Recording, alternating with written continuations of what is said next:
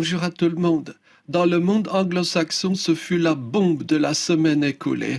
Un patron australien, Tim Garner de son nom, a fait une déclaration fracassante qui a de quoi laisser tout le monde pantois. Selon lui, il faut que la situation économique se tende. Il faut que le travail fasse mal, que le chômage augmente. Le tout pour casser ce qu'il appelle l'arrogance des employés et pousser les gens à davantage de performances professionnelles. Fin de citation. Les réactions ont été parfaitement prévisibles. La gauche qui condamne avec une rhétorique implacable, enflammée. Les milieux patronaux qui gardent un silence gêné, parfois en approuvant silencieusement, mais bien conscients qu'approuver ouvertement ce serait suicidaire.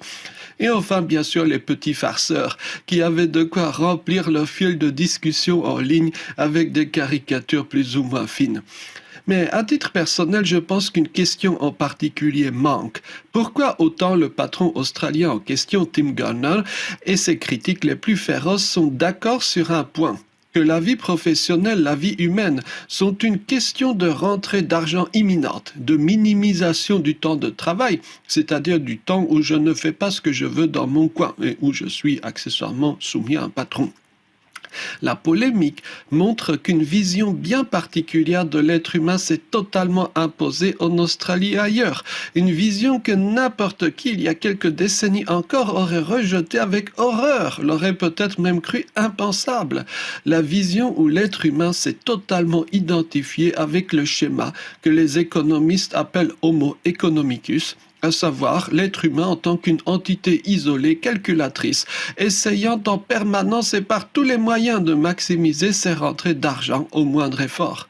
Même les adversaires de Tim Garner semblent dire que la clé du salut pour le genre humain, c'est une hausse salariale de par exemple 11%. En d'autres termes, que le schéma général est en ordre, qu'il faut simplement distribuer quelques dollars supplémentaires par-ci par-là, les prendre au patron pour les donner à un autre et tout ira bien. Bien sûr que naguère et depuis toujours, l'être humain a travaillé, pour ainsi dire, toute sa vie. Mais l'argent n'y jouait qu'un assez faible rôle et souvent même n'existait pas ou n'avait qu'une place au mieux marginale. L'activité quotidienne était plus une question de lien interhumain, d'appartenance à une famille, d'entraide dans son sein.